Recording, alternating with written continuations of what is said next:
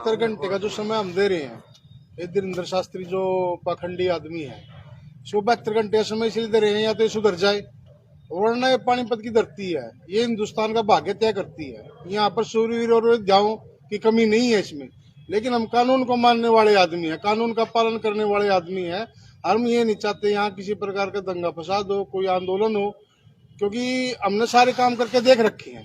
तो हम चाहते हैं कि 72 घंटे में धीरेन्द्र शास्त्री जो है, ये मध्य प्रदेश का कहाँ का है, या तो ये माफी मांगे पानीपत वासियों से, अन्यथा इन्होंने माफी नहीं मांगी तो इसके खिलाफ एक्शन लिया जाएगा, इसके खिलाफ शिकायत दर्ज की जाएगी, एफआईआर दर्ज की जाएगी और कोर्ट में इसके खिलाफ मुकदमा दायर किया जाएगा। आप कह रहे हैं कि बीजेपी के लोग षड्यंत्र कर रहे हैं, वहाँ पर तो उस मंच पर कांग्रेसी नेता भी थे, बीजेपी वाले भी थे, तमाम नेता। ऐसा जो सारी, मैं वही अपनी देसी भाषा में कहूँ, सारी एक थाली के व्यंजन है।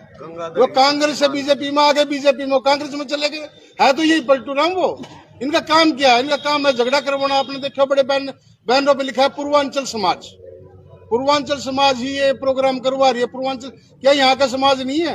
क्या यहाँ का आदमी नहीं जानता क्या? नीरज चोपड़ा जैसे गोल्डन बॉय को पानीपत धरती ने मतलब एक बेटा दिया। अब ये जो कंबल का है, यहाँ का काम है, जो मतलब चादरों का काम है, हैंडलूम का काम है, पिटलूम का काम है, अचार का काम है, दुनिया में नाम है पानीपत जिले का। चलाने वाले तो पूर्वांचल समाज के लोग हैं ना। पूर्वांचल समाज के लोग तो हैं, लेकिन वो बेचारे गरीब हैं, उनको ज्ञानता की कमी है, पढ़े लिखे नहीं। अगर वो पढ़े लिखे होते बजा रहे हैं, कह रहे इनकी भी जय करो, उनकी भी जय करो। अनपढ़ता है ना, अनपढ़ता इस देश के लिए एक गंभीर बीमारी है।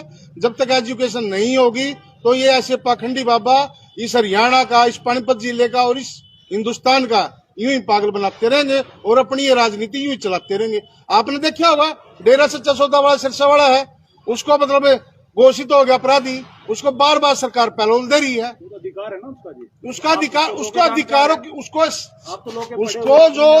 जो पैरोल है ना, उसको साल में कुछ समय की उसकी लिमिट है, लेकिन उसको पैरोल बार बार पैरोल दे रही है और उसको कस्टडी भी दे रही है।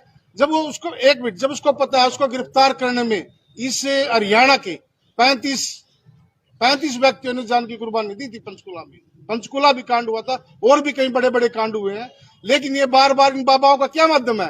कृष्ण लीला करवानी है, भगवान राम की कथा करवानी है, 10 लाख फीस ले लेंगे, 15 लाख फीस ले लेंगे, 20 लाख फीस ले लेंगे। मैंने अभी कबीर के 4 दो यहाँ हुए हैं, मैं भी पढ़ती हूँ, 4 आदमी हम पढ़ क्या, क्योंकि वो कभी स्कूल में तो गए नहीं, कभी ना रामधारी सिंह दिनकर की किताब नहीं पढ़ी, कभी इन्होंने कबीर के 2 ही नहीं पढ़े, उनको पता किस चीज का है। वो बेचारे अनपढ़ आदमी है, वो सुबह रोटी की तलाश में निकलते, शाम तक वो रोटी की तलाश में रहते हैं। इसीलिए जो धर्म के आधार पर ये जो एजेंडा चला रही है सरकार, और फिर ये कहता भाई, मैंने इसका कल बयान सुना, ये कहता भाई हिंदुस्तान में रहना हो तो राम सीता कहना होगा। भाई हिंदुस्तान में रहने वाले तो सभी धर्मों के आदमी है, आप जबरदस्ती क्यों थोप रहे हो किसी के ऊपर? यहाँ हिंदू भी है, मुस्लिम भी है, सिख भी है, ईसाई भी है, आप जबरदस्ती थोप रहे हो। भाई कहना होगा, भाई कहना तो हम भी मानते हैं, लेकिन आप क्या दलित को मानते हो हिंदू? क्या गरीब को मानते हो हिंदू? क्या मजदूर को आप हिंदू मानते हो? मानते हो किसी को हिंदू? अभी हमारे प्रधानमंत्री मोदी जी वहां गए थे बनारस में, अपना मंदिर का उद्घाटन हुआ था। वो जो थे वहां सारा मंदिर हुआ, उससे राष्ट्रपति का इन्विटेशन तक इन्होंने नहीं दिया। क्यों? क्योंकि राष्ट्रपति हमारे बीच दलित है। तो ऐसी बहुत सी समस्याएं हैं इस देश में और इस राजनीति में, जिनको दूर जब तक नहीं किया सकता, जब तक एक गरीब का बच्चा, मजदूर का बच्चा, एक किसान का बच्चा नहीं पढ़ेगा। क्योंकि एजुकेशन ही इंसान को ऊपर की तरफ लेके जाती है। और ये जो चला रखे ने, ये फ्री करना, वो फ्री करना, अरे फ्री क्यों दे रहे हो भाई? आप इनको किताबें फ्री करते हो, जीएसटी लगा दिया इन्होंने किताबों पे, पेंसिल पे इन्होंने जीएसटी लगा दिया। कहाँ पढ़ेंगे बच्चे? मंदिरों से देश नहीं चलते, पढ़ने लिखने से देश चलता है, पढ़ने लिखने से आगे बढ़ता है देश। आप कह रहे कि अनपढ़ लोग हैं, वहाँ पर तो डॉक्टर MBBS लोग भी मंच पर, ऐसा है जी, देखो तमाम बड़े नेता थे। ऐसा है जी, देखो एक पढ़ने का और एक सामाजिक ज्ञान, उस चीज में भी अंतर है। पढ़ने लिखने वाला लड़का सिर्फ अपनी पढ़ाई की तरफ, उसको सामाजिक ज्ञान नहीं है। उसको सब जगह समाज में नहीं बैठेगा, समाज की 4 बातें नहीं सुनेगा, उसको सामाजिक ज्ञान कहाँ से आएगा? वो सिर्फ एक किताब में पढ़ के अफसर बन के अपना इलाज करे, लेकिन वो सामाजिक ज्ञान तो नहीं है। ये सामाजिक ज्ञान भी होना बड़ा जरूरी है। और ये सामाजिक ज्ञान जब होगा जब वो किसान के साथ बैठेगा, वो गरीब के साथ बैठेगा, वो मजदूर के साथ बैठेगा, जब उसको सामाजिक ज्ञान आएगा कि फसल कैसे पैदा होती है और कैसे कटती है और कैसे ये मंडी तक जाती है।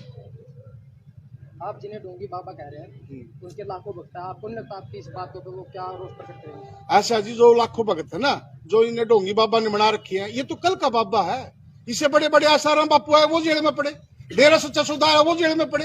कितने ऐसे बाबा हैं जिनके ऊपर मतलब हत्या के केस नहीं चल रहे, रेप के आरोप और बलात्कार में जो सजा नहीं काट रहे, ये कितने बाबा और कितने गए, आप ये देखिए ना। तो वो तो राम का नाम ले रहे हैं ना। नहीं, वो राम का नाम लीजिए, राम के नाम से हमें कोई राम का नाम तो नहीं लिखवा रहे हो। राम का नाम तो हम भी लेते हैं, राम के नाम लेने में कोई बुराई नहीं है, लेकिन एक राम के नाम को राजनीतिक लाभ देने के लिए घर घर दीवे जलाए, दीपावली मनाई। अरे ठीक है भाई, भगवान राम तो थे वहां राज भी और वो सदा रहेंगे। या आपने फोटो भी देखी होगी, हमारे प्रधानमंत्री जी मोदी जी श्री राम की उंगली पर अपनी तो फोटो बड़ी और भगवान श्री राम की छोटी सी फोटो। भाई वो नए है कि जो बना दे, ये तो हमारे देश के कानून है जिन्हें उसके मंदिर की व्यवस्था करी, ना कि इस प्रधानमंत्री ने उसकी व्यवस्था करी। कानून के माध्यम से मंदिर बना है।